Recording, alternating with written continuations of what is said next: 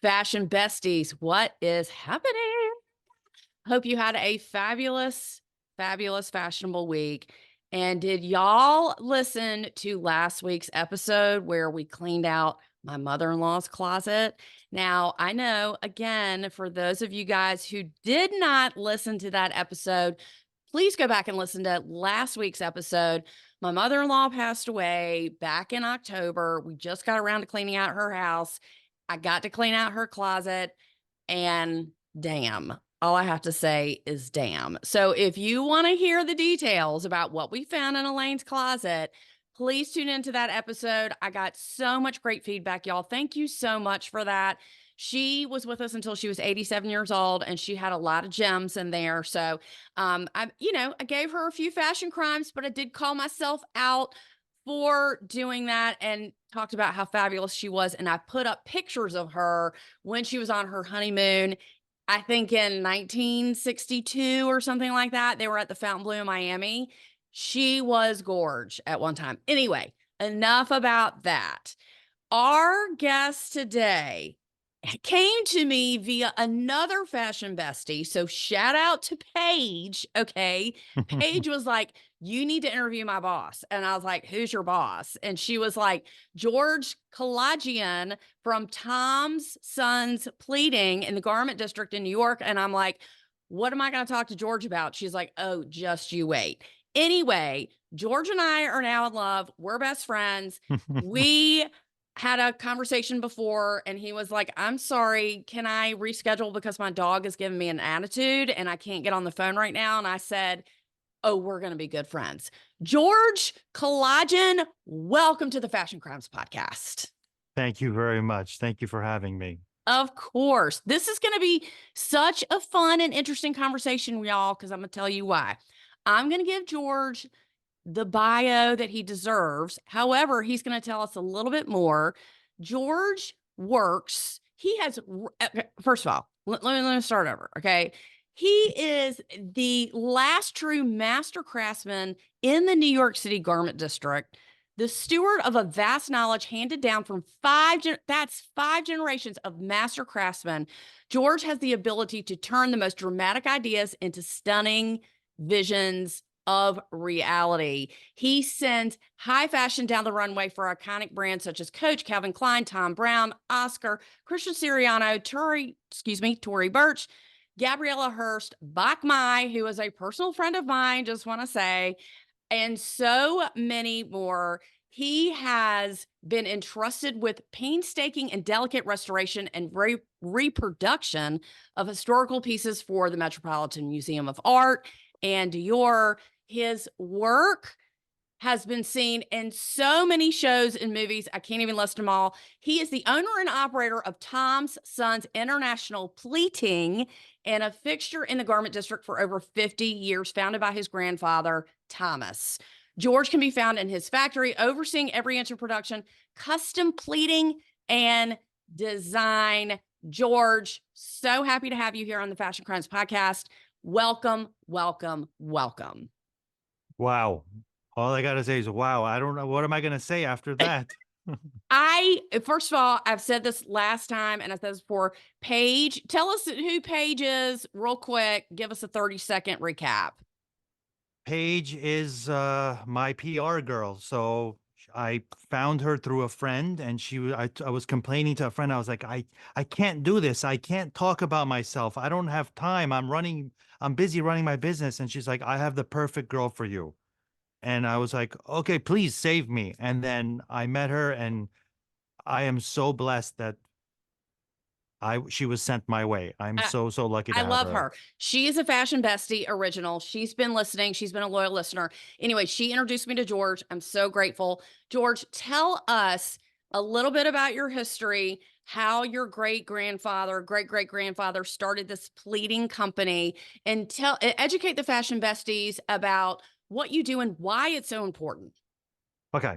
So one day I was just like, I always thought everything started with my grandmother. You know, I grew up with my dad, and then there was my grandmother, and I thought that, okay, that's where it started. My grandfather had already passed when I was a child, and I was asking why my aunt one day, I was like, Aunt Rita, can you get me a picture of grandma by the pleating table or by the sewing machine just so I can show people that it all started with my grandma?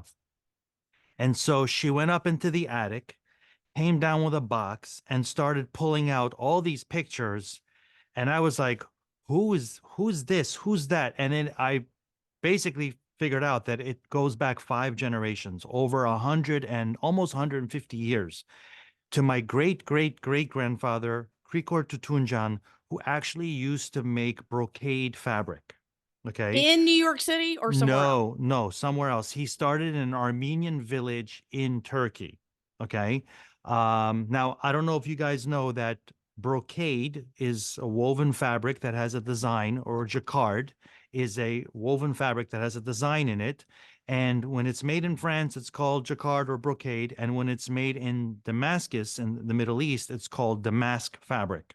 Okay.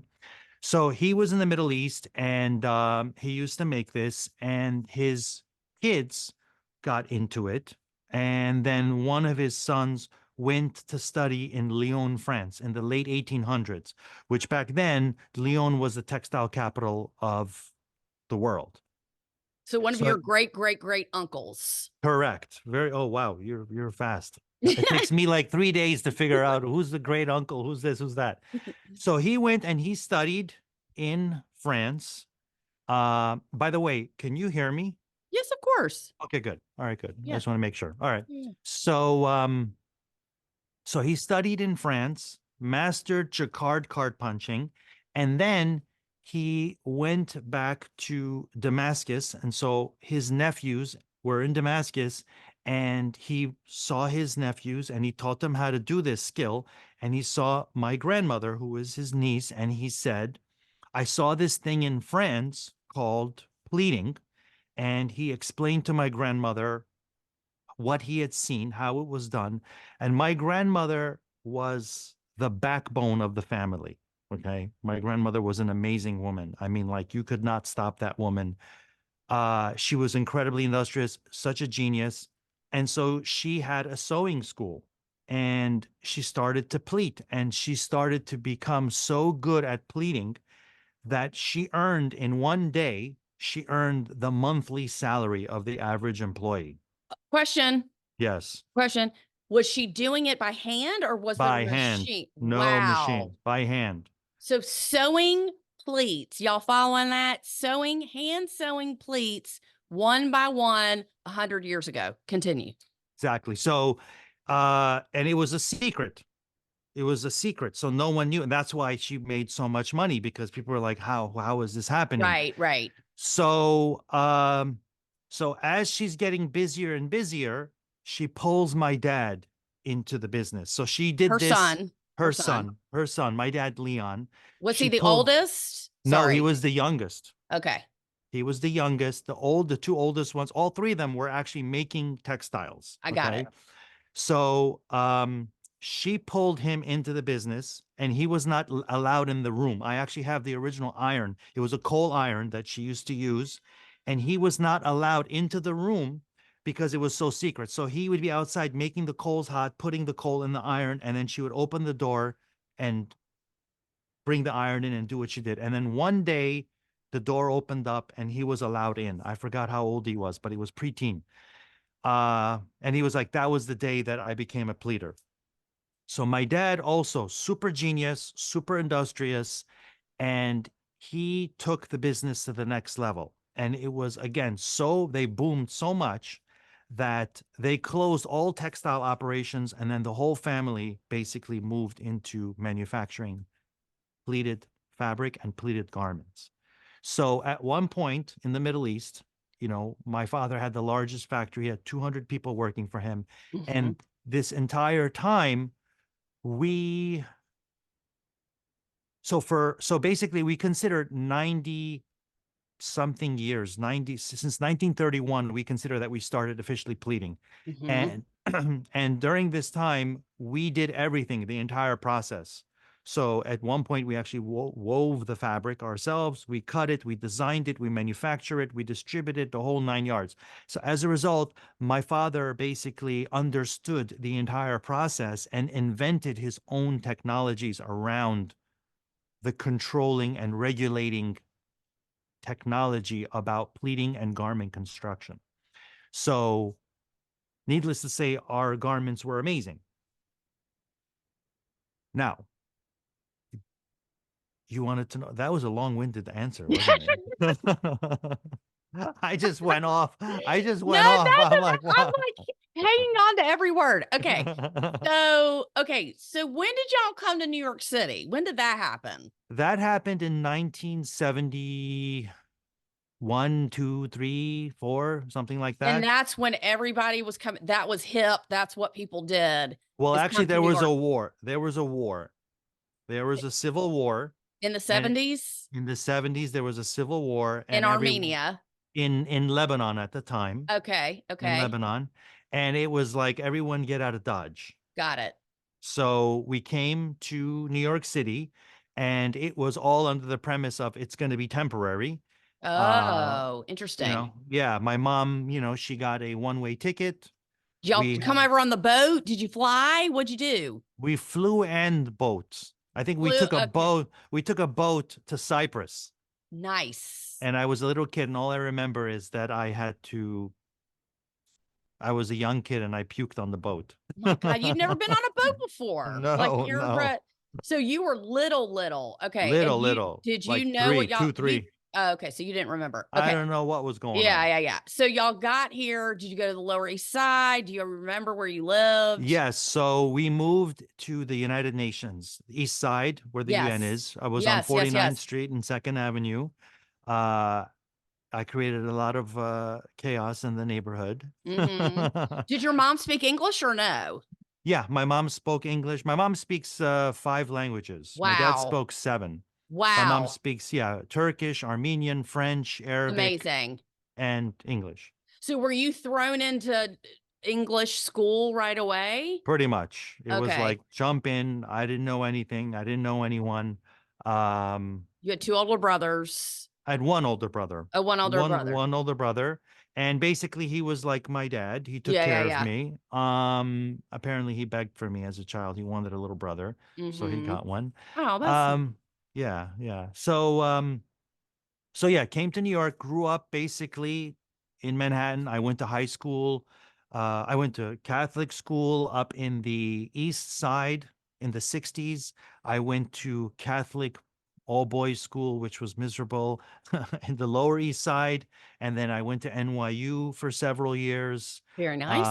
Yeah, and then I actually started my own collection when I was with my dad, and the collection blew up so much that I basically took a hiatus from college and went to work on that collection full What time. was it called?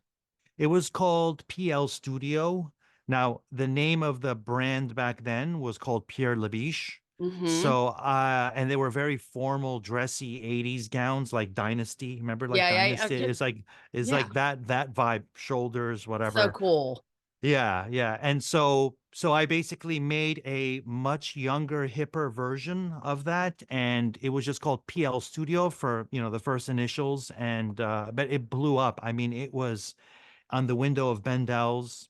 It was in Saks, Bergdorf, Neiman Marcus, Cachet, Isitan, all over Japan. I mean, it just blew up like crazy. So Then why did it die or what happened? yeah, it died basically because of the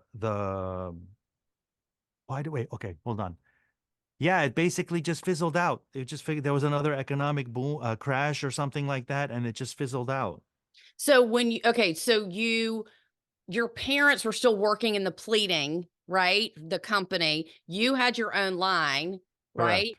And then all of a sudden you were like, I'm not making any money anymore. So did you go back to the pleating business? Or did you go back to the family business and help? No, actually. So no, actually. So back then when I was younger, we were only making our own clothing, right? Got it. So then I started my younger line. Mhm. And then, we had an issue, the Gulf War or whatever, Yeah. and that tanked. And then everything came back again. And then that's when PL Studio started.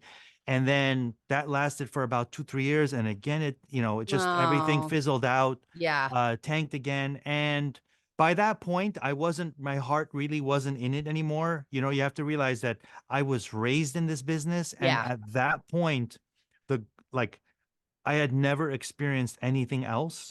So I basically left the family business. I left the family business for about 4 years and I did totally different things, which was a whole adventure on it in itself. Like what? Well, first I went to work for a computer consulting company. Snore next. Then I went to work in a bar.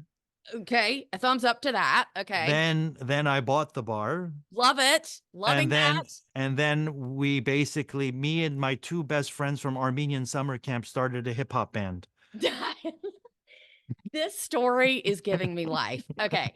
If So, you saw a picture of me from then, you did you would have long be, hair? oh, I had the biggest afro. I looked like No, I was from the yeah, I mean, so it's the Jew fro. I don't know if you're Jewish because you went to Catholic school, but it's the same thing. Like Armenian summer camp, I went to Jewish summer camp. All right. Now I'm in my 50s and we have reunions. It's ridiculous. Okay, so back to your hip hop band. So you're in the hip hop band and you're like, maybe we're not so good. Actually, we were great. I'm kidding. We were no, believe it or not, we actually were good.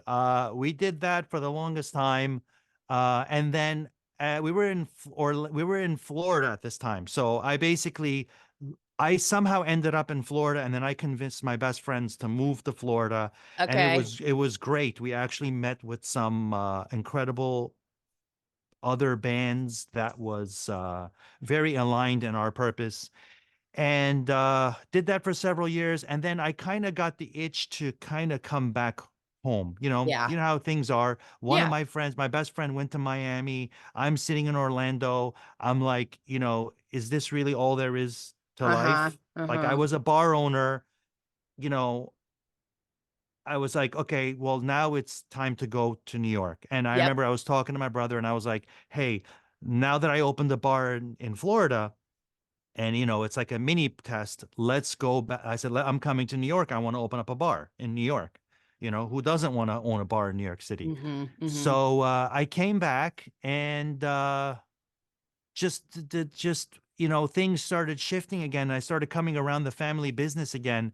And all throughout this time when I was away from the family business, I would be at social events and I would meet people that were in the fashion industry. And I'd Mm-hmm. be like, "Oh, really? You're in the fashion business?" And they're like, "Yeah, I am." And I'm like, "Oh." And then I would talk to them. And then they would kind of be like blown away a little bit by my knowledge and Right. my experience. And I'm like, no, everyone knows this. I Mm-hmm. really took it for granted what I had learned by starting at 5 years old. Basically, I started this when I was 5. My dad would call me and say to me, son, come here, put your hand here. Hold Yeah. this. No, don't Yeah. hold it Yeah. like this. Do it like Yeah. this. And you don't know. You're just like, you think you're just doing this one task, but as the years go by, you learn. So by the time I came back, I realized, wow, I really love this and I love creating, Mm-hmm. and I realized that the only reason I joined a hip hop band is because I couldn't create. Mm-hmm. Like I had to do something. And then music just kind of seemed to be like, oh, this is quenching that need to create. And then when I came back to New York, I was like, okay, I'm gonna make clothes again. And then I just came back into the family business. I mean, a couple of things occurred and I saw a couple of things with my father and my family. And then I realized that, wow, like if I don't continue this, like this is gone, Yeah, you for know, sure. For gone. sure. It's over. Which So go which ahead. leads us to my next question. Sorry about that. Yeah. Speaking about that it's over, let's talk about, I want to know when the to just without getting too technical for the audience, when people, it's not a secret, a lot of garments are constructed overseas. Yes. Tell us how that affects what you do. And tell me the story about you had said, oh, there's 5,000 people that, manufacture here. Now there's five. Can you, Right. can you speak to that a little bit? Yes, totally. So this is a giant dwindling spiral that is so out of control, and the effect is really bad now. So, you know, as time went on, people wanted better prices and things slowly started moving overseas, and China was incredibly cheap, And uh, fast. and fast. Um, so slowly things started to go there. Okay. In You the just have to, 80s? yeah, in the 80s it Okay. started. In the 80s Okay. it started, and it was just like you just had to order like 60 bajillion Of boatloads of it. course. Of Okay. course. So that was the only stipulation.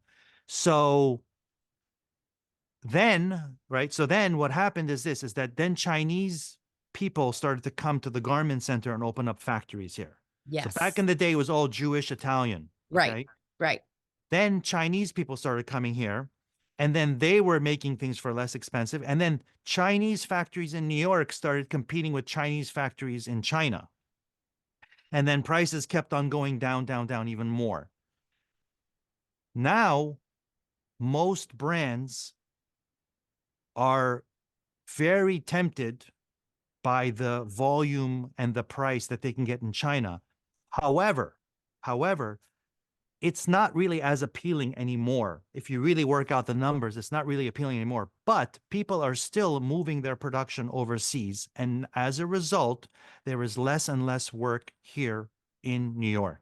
Which leads us to what? Here is the thing. So let me give you some comparable magnitude here. Okay. In the 1950s, 95% of the clothing that was worn by Americans, 95% of Americans, their jacket was made by New York. It was made in New York City. Mm-hmm. Okay. Today, that number is like less than 3%. Okay. Mm-hmm. Now, what does that mean? Now there is not enough work for the garment center in New York. Now, you might say, who cares? So what? No, whatever. They made it there, they made it here. Well, we all know the negative effects of fast fashion, right? Yes. We know that it's pollution. We know that, they're beating children with a stick or whatever they're doing over there, killing animals. But the clothing that's coming is literally disintegrating before your eyes. You put it in the fitting room, and by the time you walk to the cash register, the garment has fallen apart. Not to mention they killed half the rainforest making it. Now, the knowledge that is here, right, is something that has been brewing for hundreds of, like 130 years has been brewing here. And all of these old timers are all disappearing and throwing in the towel. Just 2 days ago, I got a call from my friend who told me that's it. He goes, I'm out. He was one of the biggest factories. He was one of the best factories. I did a lot of luxury brands with him. I would do the pleating, he would do the sewing, and now he doesn't have the work. Now, so what does this mean? What does this mean? Who cares? So what? What this guy's rambling about something. What does this mean? What this means is that soon America will not have like a real fashion scene. Like everything is going to be like a painted trash can that came from China. People are going to come put their shiny logo on this trash can, and they're going to think that, you know, it's something like someone made something, but there is no soul in the clothing. There's nothing customization. It's just all cookie cutter, and it's like change this stitch, change this color, change this, but it's all the same. It's all the same version of the same thing. It's a different version of the same thing, I should say.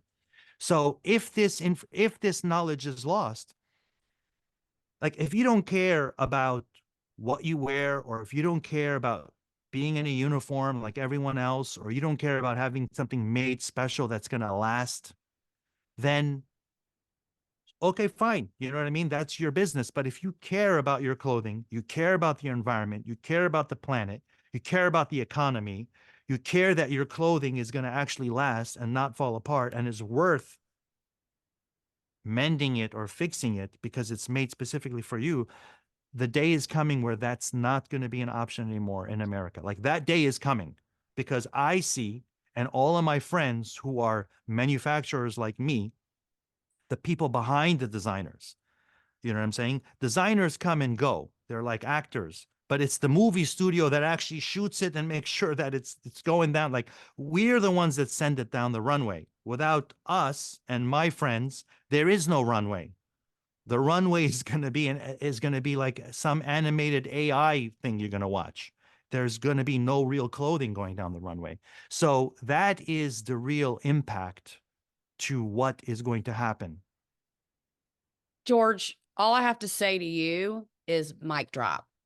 And I could not have articulated that better. It gives me chills. I mean, what keeps you up at night, right? Some people it's this, some people it's that, some whatever. Um, and again, I always say that no wardrobe is fast fashion free because I think it's pretty much Sure, impossible. sure, But when you try and you shop with intention, that means you dress with intention. And maybe it's one thing a year that you really care where it comes from or whatever. Start small. But the point is, now when you know better, you do better. right, And it's people like you that are, and I don't want to say you're barely hanging on, but your friends are dropping like flies. right, And it is painful to see that. The same way it's painful to go into a bank branch and nobody's working there. right, And they don't let you talk to anybody, or right, you call someone on customer service. There's no one to talk to. It's a right. recording. It's in the same vein. Is that is It right. is, And the craftsmanship and the people that you are keeping in business by doing what you do, it's all the dominoes fall, right? The right, brands that I shop from, some of them are fast fashion, very little, but the other brands that aren't, if you're dead, they're dead. right, And then they're going to get some shitty something from over here, and it's not going to be the same, and the dominoes are going to fall. correct. So, to be more specific about what you actually do and the creativity that you partake in the garment and giving it soul, which I love that, giving it soul. I see some examples behind. Can you show us and show the besties Sure. what you do? And you guys, please tune into the video on YouTube because this is really important for you guys to see and understand what Tom's Pleating does. So give us a couple of examples. So actually everything behind me is pretty much vintage. So Oh, okay. I've been buying back my father's clothing. So now I'm going to show you something that is going to blow you away. Blow me Okay? away. Do it. Okay. All right. So do you see this beautiful top here? I don't Yes, know if I'm you can looking. see. He's holding a pleated blouse. That's the Yes. sleeves are pleated and the collar is pleated too. Yes. Yes, Okay. So gorgeous. I bought this off of Poshmark. Okay, I should say I repurchased it off of Poshmark. got it. We love Poshmark. Yes. My father made this blouse 45 years ago. Wow. What's the So brand? Pierre Labiche, Oh my God, love the brand. it. Yeah, this is my father's brand. Amazing. Amazing. So this is a testament to how something will last 45 years. I mean, you should have seen the way it was shipped to me in a plastic bag shoved in there and it Right. came out. I pulled it out. And I mean, like, Unbelievable. this is what quality is. 45 years. I mean, come on. It doesn't matter how much you paid for this. It was definitely worth it. And so it is 45 years old. Is that what you're This, saying? I'm saying this is 45 years old. Unbelievable. Not the style Unbelievable. is 45 years old. This girl here is 45 years old. She was born 45 years ago. Wow. Wow. So, and all of these pieces that I've been slowly buying they're all from the 80s and 90s. Some of them are from the 70s. I mean, that's So pretty that's a 80s. dress. That's a Yeah. dress with the sleeve, with the scalloped, not scalloped. What's the word I'm looking It's for? got a lettuce edge. The lettuce. Yeah, the lettuce Lettuce edge. edge. Very 80s, very nostalgic V-neck, but the fabric, it has a lining, but it's all pleated, almost it looks like a crush a little bit. Yeah, it's we call it a Fortuny pleat. Okay, got it. Um, Here's a little Maryland dress. I love A little it. bit So of a it's a sexy, halter dress that looks like the white dress, except it's black, open in the back, but the pleating is all in a circle. So it all right? meets in the middle. Really cool. What can we see the skirt that has the different pleating right behind your left shoulder? You're talking I about think this it's a thing? skirt. Yeah. Is it a Oh, skirt or a dress? it's just a panel. Oh, it's a panel. It's just a panel of pleating. This is what we call fantasy pleat. Amazing. Um, so if you can see, this actually, there's a picture of my dad holding this mold in the New York Times, Wow. in the New York Times magazine. So here is a fantasy mold. So So, pleating, wow, that's so cool. yeah. So this is a mold, and this is what you would put fabric in. What is the mold made out It's of? made out of cardboard. Wow. Okay, so you put the fabric in it, steam it in there? Correct. You open it up, you put it inside, you smush it, put it in the Yes. oven, and you cook it, and basically it Wow. comes out and it holds this shape. Unbelievable. You guys have got to tune into the YouTube video so you can see the mold and see the different styles of pleating that George is creating. Unbelievable. So let's talk about today. So we know what we're doing wrong. Okay, we know that. We get it. We understand. So in order to keep, what does your day-to-day look like? You're still, tell us some, can you talk about some of the brands that you're pleating garments for? Sure. I mean, anyone that, yes, totally. I mean, you mentioned many of them. Oscar de la Renta, Tory uh, Burch. Tory Burch. Yeah, those people once in a while. Those guys don't really do that much production. Those are the people that do a little bit of samples here and then I boom, got they yeah, send yeah, it yeah. up. Mhm. Um, Coach, same thing. They don't necessarily do it here. The brands that do work here are like Kate. Do you know Kate? Yes, very well. Okay, yes. So they're a high-end brand. They're one of the best brands over here, and they do their production here also. Most of what they do Wow. here. Yeah. There's the Row. They do some here. They did more before. Now they do some more overseas. Um, who else is there? Alexander Proenza, Rowan. Proenza, Alexander Wang. I mean, I've done when whatchamacallit came here last year. Was it last year or 2 years ago? Alexander McQueen came here and he did a show in Mhm. Brooklyn. So Mhm. we did a little bit of work for them when they were here. I was at that show. Oh, Great really? show. Oh, wow, Mhm. In the wow. Navy Yard. Yeah, Amazing. yeah. Do you remember the red suit? There Yes, was of a red suit. course. So yeah, I did all the bonding for all the red Love it. suits.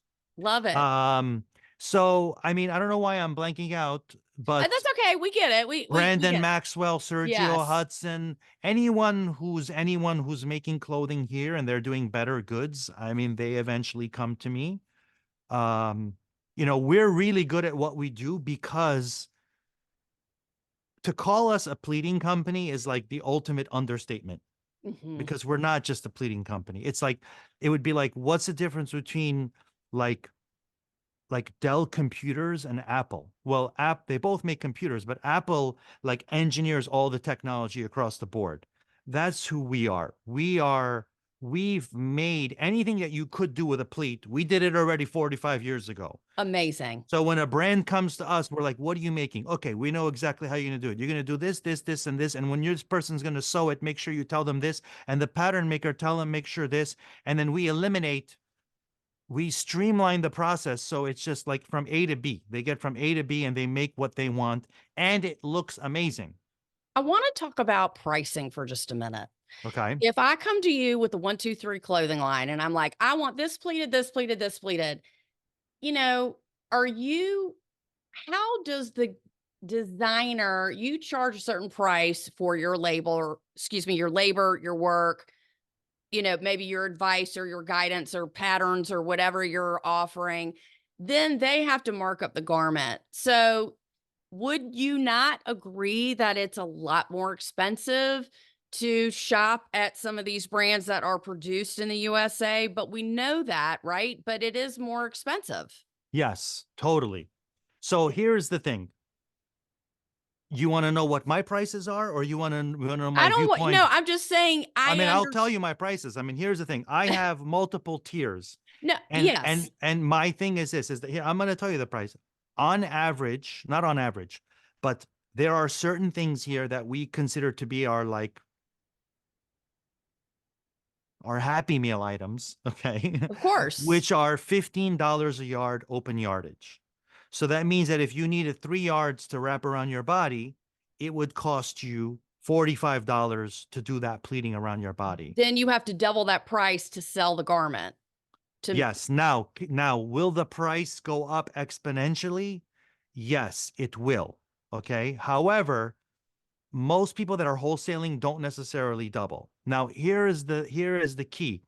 This is a volume business, right, of right? course it is. So if if I was busy, if I had so much work that all my pleating machines were running all day, I would be able to drop my prices insanely, like probably 75%. Okay. If I had all of my machines running all at the same time, I would be able to drop my prices. So if everyone bought something that was made in New York, if people started spending money here, economy of scale would kick in, competition would kick in, and people would start. The prices would equalize because right now what's happening is it's getting more expensive, more expensive, more expensive, more expensive because the volume is less and less and less and less. And because there's so much discussion going on between these designers. So you have a brand that comes in and they want to make something.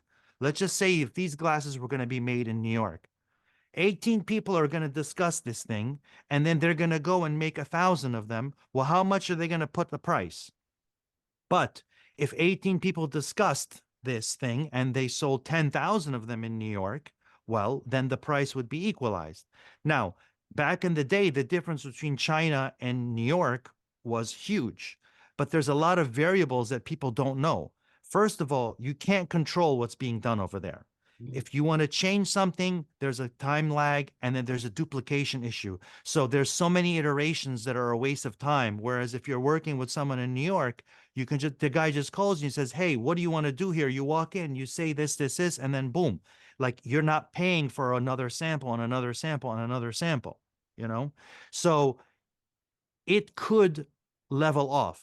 Not to mention that for every dollar that is spent for product that's locally made, it contributes almost triple the impact of the economy. So, and the opposite effect is this is that for every dollar we spend for a product that's made overseas, our circulation of our money goes down 50%. So if we were all spending money that for product that was made here, yeah, we're spending more, but there's also the economy is being boosted. There's more money to be spread around to everyone. At the end of the day, it would all work out in the wash. I hope that you can put that on a t-shirt somewhere and that you can tell more people who care that would like to make a difference or at least try and be Right. more intentional with their money and their clothing of where they're buying it, because it is important to me and to the audience that you do succeed and that we continue to support you and that we tell everybody what you're doing. Right. And even if you're not a fashion person, you are a fashion person, whatever, supporting good people who do good work that you are continuing. There's no reason that you're going to be in business for 150 years if you're not doing something right. Right. And good people are hard to find. And I appreciate the craft so much of what you're doing that it is our wish for you that you get so much business that you got to turn business away. That's what I hope for you. I hope you continue to find more pieces that you can put in an archive in a museum that people can come in and see the history and understand why what you do. And I'm sure there's other people who do similar things to what you do that are still keeping it alive. And really, you are truly a blessing. And your ancestors, what they have gone through to get to where you are today, you are really doing them proud. They told me, by the way. Thank you. They told Thank me, you. and it's such an honor to know you and to get to know you. There's no way we could get through all the questions that I have for you because we'd be here for another 3 hours. But I just want to thank you so much for what you do. And I would just love to invite you back so we can continue the discussion to really educate not only our listeners, but other people who want to help the economy grow and want to help really local designers. I say local, but that's local to anybody in any Right. city in the US. I don't care if you're in Paducah, Kentucky, Right. or if you're on the West Coast, or if you have a, a line in New York. Let's keep Tom's and, Tom's Son's pleading going, because we want to Well, watch you grow. I have something I wanted to share. Do it. So I actually just yesterday made a website called Tailored in New York. Yes. Yes. And this website lists all of the designers that actually make their clothing here. John, let's get some applause for that. Applause and snaps. Okay. So basically, if you want to reverse the effects of fast fashion, the ultimate thing to do is to support local manufacturing. And so the people that are making their clothing here, I am compiling the list. It's not done. The website just came up yesterday, I but love I'm it. but I'm adding to it. So basically, if you guys could go and take a look at it and see who's on the list and consider them before spending your money for something that was made somewhere else, then that would be great. And go to your favorite brand and ask them, hey, are you making things locally? Well, why not? And if they give you some kind of cockamamie reason, tell them to call me up. I love that. And thank you for your work for supporting, because how else can people know if they don't live there? You live there, you see it, you're around it. You don't live there. I mean, that's why it's so important to get this list and understand the effects of not shopping locally, not shopping and supporting small brands, because we want it to be around for a while, and we want to reduce and reverse, Right. what these illegal factories are doing, because Yes, it's really gotten out of control. It's out of it control. is. People say, "Oh yeah, would it better?" And then, we've heard bullshit about, "Oh, this is greenwash, this Right. is that." It's all smoke and mirrors, because Totally. maybe the tag is greenwashed, maybe the thread, or maybe the artwork. Like, it's not 100%. So I You know just what's the latest wash? Do you want to know the latest wash? yes. The latest wash is Italy washing. So to explain what that means. It means you think it's made in Italy, but it's kind Oh, of right. not. It's right. Maybe the thread is from Italy. Maybe the buttons are from Italy. There's always loopholes that Exactly. people are going to do to get their prices as low as they possibly can. And a fraction of a penny makes a whole lot of sense and a whole big difference when you're manufacturing 250,000 pieces. Correct. So again, small brands, local businesses, local brands, and keeping these people alive. That's what we're here to do. And tell us how we can find you. Me personally, I am at internationalpleating.com or on my Instagram, which is at internationalpleating. And again, the website that I made was called tailoredinNewYork.com. And other than that, you can just come to my factory on 37th Street, 36th Street, 327 West 36th Street, and knock on the door and say, "Where's George?" I always say, don't invite me, because I'll come. Okay. Don't invite me. But we have so many wonderful photos and videos and other things that we're going to share in the show notes. And I just want to thank you for what you do. Thank you for coming to America. Thank you for your business, and for keeping the garment district alive. When I moved to New York, when I was working at Betsy Johnson. I wanted to be a fashion designer, blah, blah, blah. And you went to the garment hub. It was a little kiosk with the needle with the Right, button through it. right, And it right, had this big, like almost like a phone book, a little bit of all the people, the accessory people, the button people, right. the zipper people, the elastic, the grommets, all that. And it's really shrank. Right. It's just the book has shrank. Everything's digital. Like you said, everything's AI, but we're going to be there. We're going to celebrate you, and we're going to be watching what you're doing. We're going to be interacting with you, and we will certainly be on the website and supporting the other brands that you are supporting. So thank you so much, George. Any final thoughts? Thank you. I'm so happy I met you.